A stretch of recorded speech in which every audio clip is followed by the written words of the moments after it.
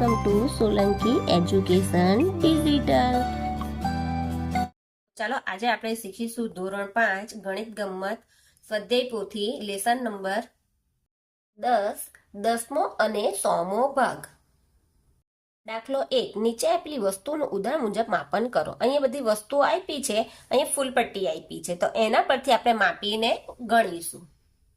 અહીંયા શૂન્યથી માપીએ એટલે અહીંયા કેટલું આવશે? અહીંયા શૂન્યથી માપ્યું ને અહીંયા માપવાનું છે, અહીંયા લીટી આવે છે. તો જુઓ અહીંયા કઈ આવે છે? અહીંયાથી અહીંયા એટલે કેટલા આવે છે?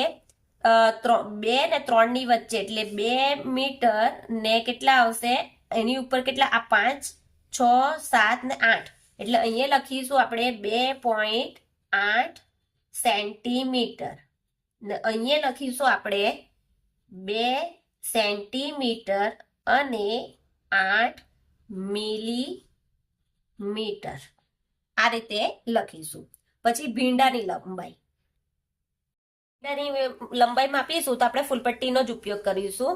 તો અહીંયાથી મૂકી ને અહીંયા કરીશું તો કેટલા આવે છે? અહીંયાથી આટલું આવે છે એટલે કેટલા આવે? 7.8 સેન્ટીમીટર. તો અહીંયા લખીશું આપણે 7 સેન્ટીમીટર અને જે નાના નાના કાપા છે તેને શું કહેવાશે? 8 મિલીમીટર. પછી મીણબત્તીની લંબાઈ, મીણબત્તીની લંબાઈ માપીશું આપણે તો અહીંયાથી મૂકીશું ને કેટલા આવે છે? 9.6 સેન્ટીમીટર. 9.6 સેન્ટીમીટર. તો અહીંયા લખીશું 9 સેન્ટીમીટર ને 6 શું થશે? 6 મિલીમીટર.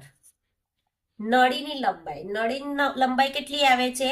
11.8 સેન્ટીમીટર.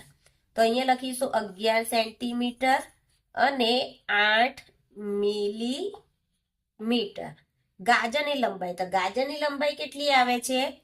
14.8 સેન્ટીમીટર. તો 14 શું આવશે? સેન્ટીમીટર અને 8 મિલીમીટર.